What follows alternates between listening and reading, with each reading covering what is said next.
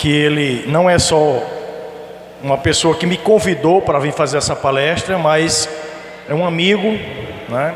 Queria também começar agradecendo a Hilen, que é uma pessoa aqui de Puxinanã, que eu tenho o maior respeito, e também queria saudar a mãe Gorete, que eu não sei onde é que ela está agora, mas acabou de chegar. É uma guerreira, militante dos terreiros e de toda a pauta em torno dos direitos humanos e das diversidades. Eu queria, sem secundarizar ninguém, mas saudar todos e todas aqui presentes na pessoa dessas três pessoas. Pai Rafael, um guerreiro aqui em Puxinanã, Hilen, que é uma amiga nossa, também filha do pai Rafael, e a mãe Gorete, uma guerreira que eu queria começar saudando. Bom, eu não vou me estender muito, né? A programação da tarde eu acho que tem que ser uma programação mais cultural. Eu só queria, com 15 minutos no máximo, eu falo o que eu gostaria de dizer. Primeiro, eu queria justificar a importância da universidade. A gente está vivendo um momento, não tem como eu deixar de falar disso. Quem votou em Bolsonaro ou não, isso não vem ao caso nesse momento. Agora, eu acho que o que a gente precisa hoje, aqui nesse encontro, é fazer uma reflexão do Brasil. O Brasil pós-Bolsonaro, ele tem possibilitado coisas que de certa forma já vinha incubando há muito tempo e que agora se explicitou muito mais fortemente. E eu vou chegar tanto na questão das religiões afro-ameríndias, como vou chegar no tema que me foi proposto: a inconstitucionalidade de sacrifícios de animais nos terreiros. Mas eu não tinha como não começar fazendo análise da conjuntura política que a gente está vivendo. Repito, eu quero deixar claro uma coisa: a fé das pessoas é uma questão. A minha análise não é em torno da fé de quem é católico, a minha análise não é em torno da fé de quem é evangélico, porque as pessoas têm direito a ter qualquer uma das crenças com o sobrenatural. Inclusive, as pessoas têm direito a nem acreditar no sobrenatural. Entra aí o caso dos ateus e agnósticos, né? Hoje pela manhã estava aqui o companheiro Tiago, companheirão, conheço de muito tempo, do Fórum da Diversidade. Eu acho que a diversidade religiosa, ela significa que eu acho que tem que ter uma compreensão um pouco assim: o que é Estado laico e o que é diversidade religiosa, né? Isso está claro, gente, na Constituição de 88. Estado laico é um Estado não regido por nenhum proselitismo religioso. Nenhuma religião pode gerir qualquer determinação de governo ou de Estado. Não pode. Ao mesmo tempo, Estado laico significa que o Estado brasileiro tem que assegurar a diversidade religiosa. Essa é uma complexidade que a gente precisa entender um pouco, porque tem muita confusão. Na Universidade Federal de Campina Grande, hoje, está tendo muita confusão em torno do que é o Estado laico. Por quê? Porque lá na universidade onde eu trabalho e onde esse mundo de aluno aqui presente estuda, a universidade está invadida por pessoal do neopentecostalismo e da igreja carismática, que é um ramo da igreja católica. Nós entendemos que isso ameaça a laicidade do Estado e ameaça a laicidade da universidade. Porque todos nós que trabalhamos numa escola ou na universidade, a gente pode ter a religião que a gente quiser, mas a gente não pode ocupar os espaços das universidades para fazer proselitismo religioso, de nenhuma matriz religiosa. Eu estou colocando isso para vocês porque a UFCG está tão invadida, tão disputada pelos neopentecostais e pela linha da Igreja Católica chamada de... Inclusive eu queria fazer reverência ao padre que esteve aqui hoje de manhã. Eu não estou dizendo que todos os evangélicos, que todos os católicos são intolerantes, né? A minha crítica é a seguinte: existe um projeto de poder, certo? Um projeto de poder que tomou conta do Brasil. É um projeto de poder que eu considero ultra neoliberal, quer privatizar tudo. Vocês já imaginaram vender a Amazônia? Vocês já imaginaram vender a Caixa Econômica Federal? Vocês já imaginaram vender o Banco do Brasil? O governo Bolsonaro acabou de vender uma refinaria que a Petrobras tinha nos Estados Unidos, que é a Pasadena. Vocês já imaginaram um governo que quer fazer uma reforma da Previdência, onde nenhum de nós aqui nesse ginásio nunca mais vai se aposentar? Porque a ideia é levar a idade para 65 anos, o tempo de contribuição para 25 anos, para 20 anos. Nós temos que enfrentar isso aí. Não é à toa que agora nós vamos sair no dia 14 de junho numa greve geral nesse país. Nós vamos parar o país, parar portos, aeroportos, rodovias, ferrovias, bonde, comércio, bancos. O dia 14 de junho vai ser uma greve geral contra a reforma da Previdência, que na verdade não é reforma, é o fim da gente se aposentar. Eu, por exemplo, sou servidor público, estou na ativa, estou trabalhando, mas gostaria muito de me aposentar. Esse governo é um governo ultra neoliberal e nós temos que enfrentar isso. A outra questão que a gente tem que enfrentar é a questão dos costumes, a pauta dos costumes.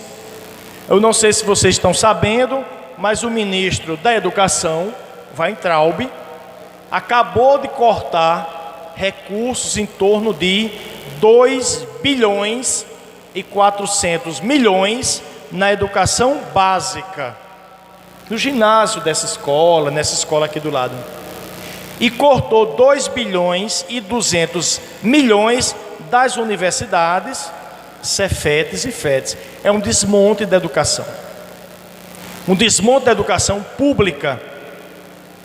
Um desmonte da saúde pública porque ele cortou do SUS. Um desmonte da reforma agrária, cortou do meio ambiente para não cortar dos banqueiros, para não deixar de dar lucro aos donos do Santander, do Itaú e do Bradesco. Eu acho, gente, que vocês podem perguntar que diabo esse professor está falando de questão econômica num encontro sobre religião, porque todos nós somos religiosos, mas também somos trabalhadores e trabalhadoras, e queremos emprego e queremos se aposentar. Segundo o DIEESE, hoje no Brasil tem 14 milhões de desempregados.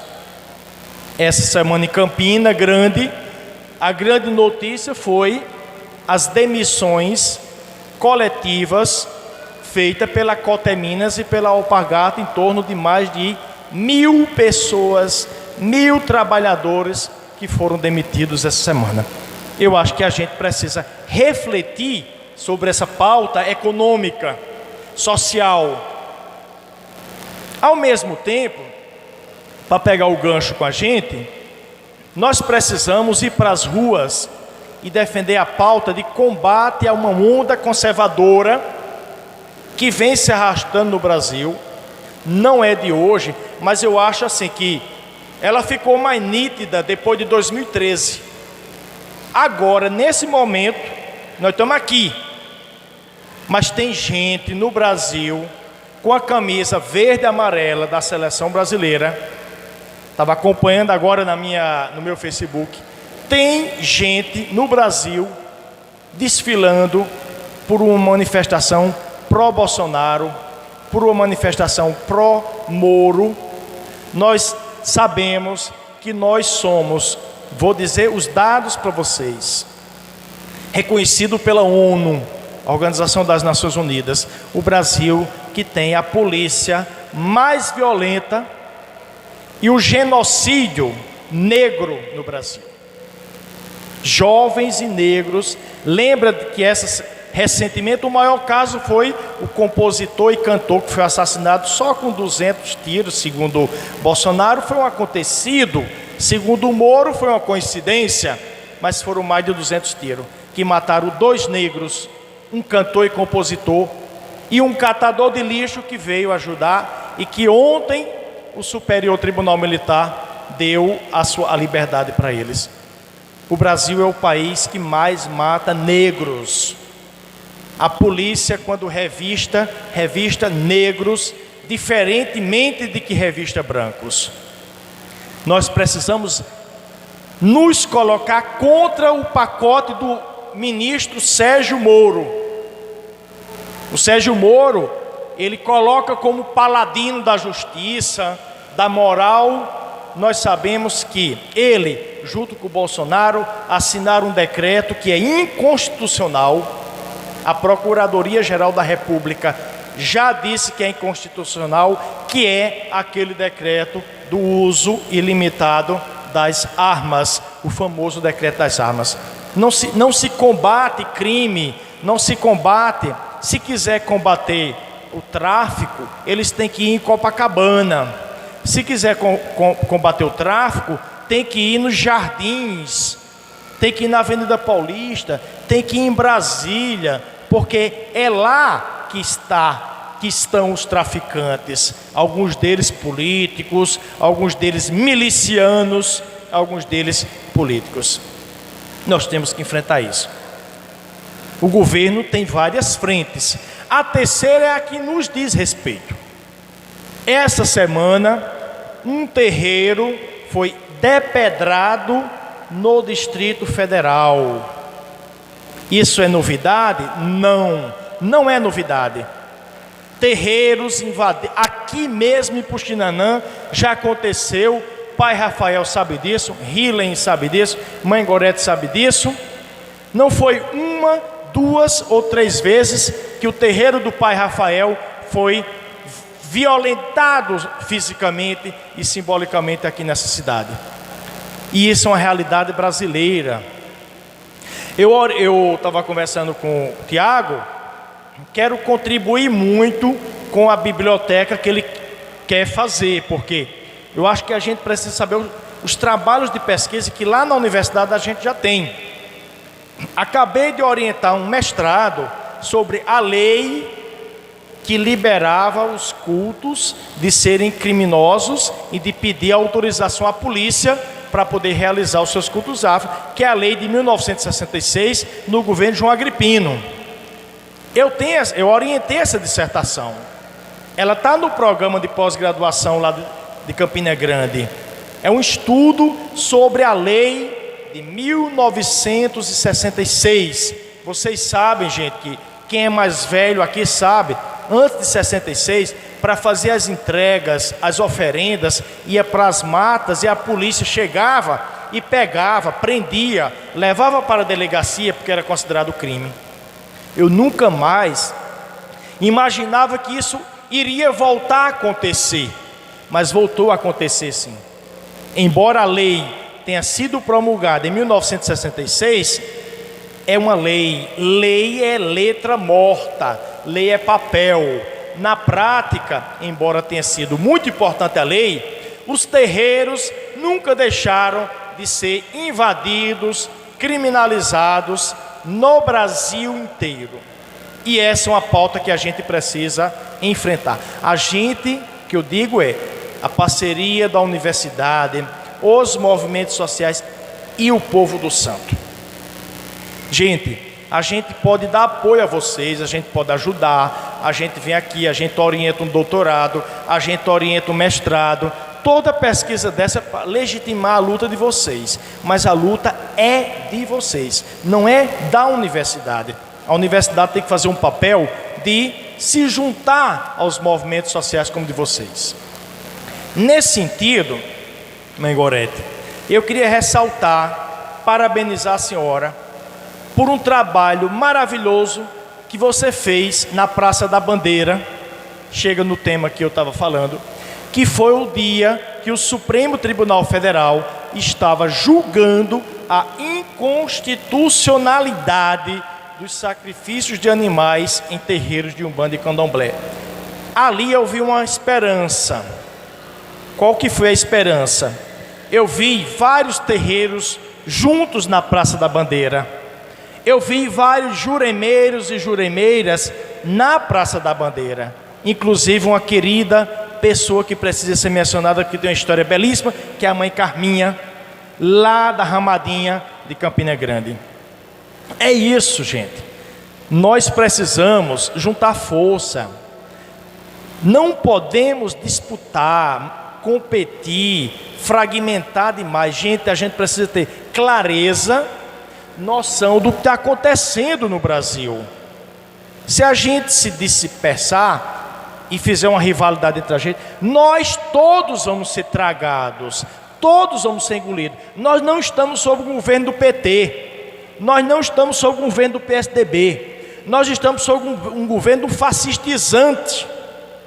E o povo do Axé precisa saber que o projeto do governo fascistizante é o projeto de Edir Macedo e de Silas Malafaia. Quem manda no governo, em certo sentido, é a Assembleia de Deus, é a Rede Record de televisão, é o Silas Malafaia e é o Edir Macedo. A gente precisa estar atento a isso. Ora, se ele está colocando até a Igreja Católica e a Globo fora, imagina nós. Nesse sentido, eu queria discordar um pouco de um companheiro que falou pela manhã. Eu acho que a questão não é de apartidarismo, a questão é de tomar partido.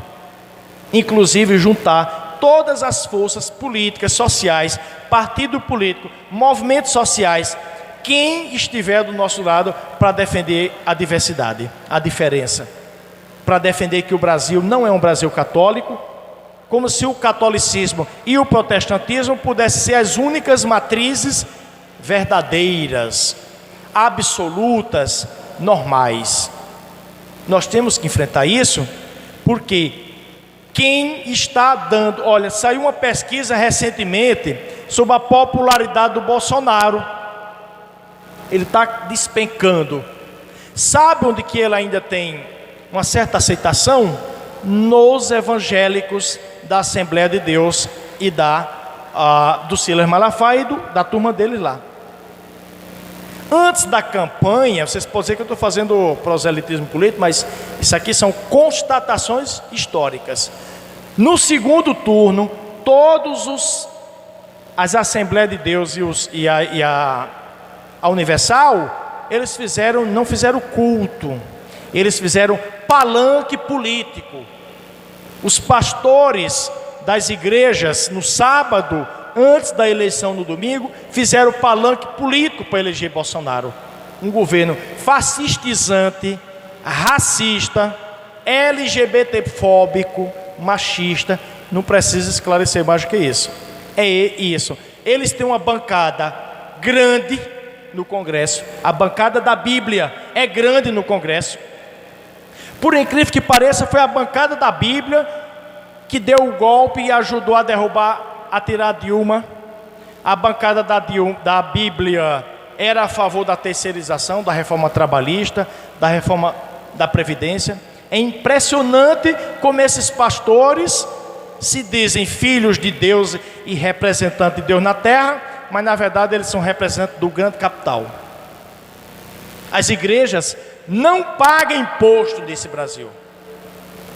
Tem mais igreja do que gente. Mas as igrejas não pagam imposto, elas têm isenção. O Bolsonaro garantiu para o Silas Malafaia: nós não vamos aumentar mais imposto nesse Brasil, as igrejas não vão pagar imposto. Em compensação, elas arrecadam uma barbaridade de dinheiro. Eu acho que essas coisas não é preconceito, essas coisas são constatações empíricas, são estudos. Estudos, gente. Tem que levar a pesquisa a sério nesse Brasil. Tem tese de doutorado, tem livro constatando a teoria da prosperidade. As igrejas que se converterem em empresas para ter lucros e sequer pagam impostos. Aliás, se as igrejas pagassem o que devem, já dava para acabar com o déficit da Previdência.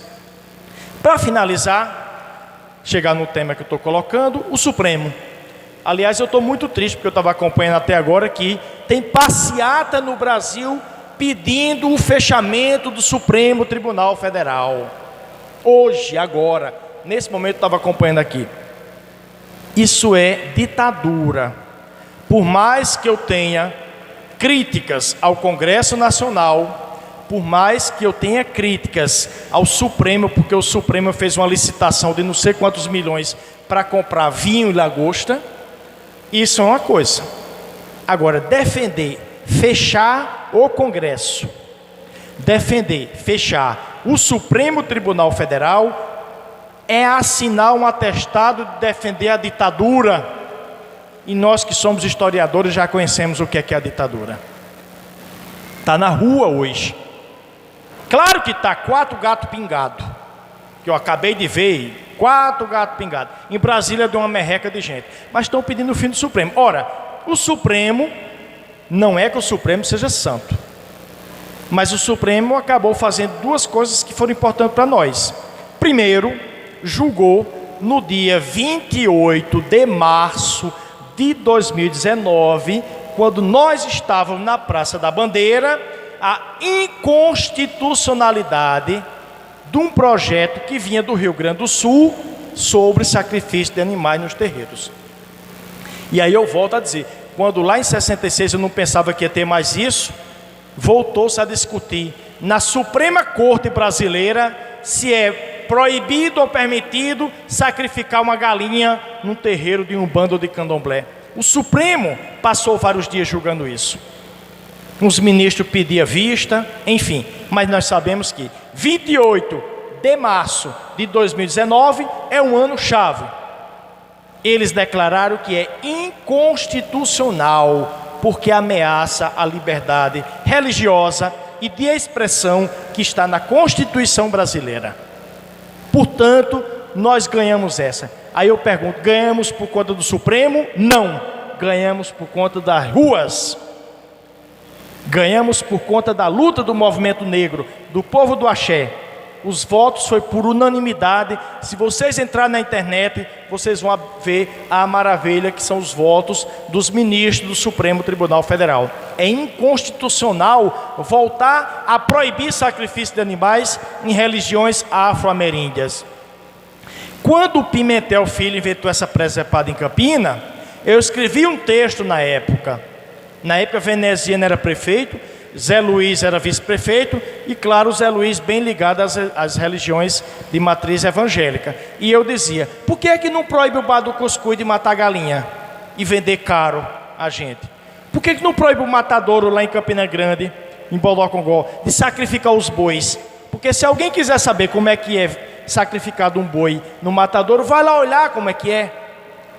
E eu dizia no meu texto, engraçado, só é proibido o sacrifício da carne quando ela é para a religião. Quando ela é para o mercado, para dar lucro, ela não é considerada inconstitucional e nem crime. E daí que tem um monte de gente, a Sadia, né? Vamos pegar essas empresas que vendem mortadela, que vendem tudo que a gente encontra no supermercado, tudo por sacrifício de animal. Sacrifício de animal para o mercado, para o capitalismo. Não é crime, de jeito nenhum. Sacrifício de animal para a religião é que seria crime, né?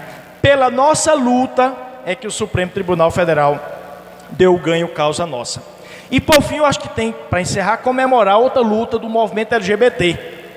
O movimento LGBT já derramou muito sangue nesse Brasil e recentemente, embora o julgamento ainda esteja em tramitação, mas a gente já tem maioria. 6 ministros e ministras já votaram pela criminalização da LGBTfobia recentemente. Portanto, o crime contra a LGBTQI é tão grave e inafiançável quanto o racismo. Por isso que é bem complexo a abordagem. Nem joga fora o bebê com a água, não joga fora o Supremo com tudo. O Supremo delibera, mas depende das nossas lutas. Eu acho que o povo do Santo e a comunidade LGBTQI teve vitória sim no Supremo Tribunal Federal. Por fim, agradecer imensamente, dizer que aqui é um exemplo de luta política, tem se constituído já, é o 3º ano que a gente está aqui. A universidade tem que servir para isso. O governo está dizendo que a gente faz balbúrdia na universidade. O ministro da Educação disse que a gente só faz fumar droga, fazer orgia e não produz nada. Nós estamos dizendo que nós fazemos parte da 2ª melhor universidade pública desse país, que é a Universidade Federal de Campina Grande. E o fato da gente vir aqui hoje não é para tomar de vocês a dianteira da luta de vocês, mas é para somar a parceria entre universidade e movimentos sociais, para legitimar a nossa luta. Axé, salva a Jurema Sagrada.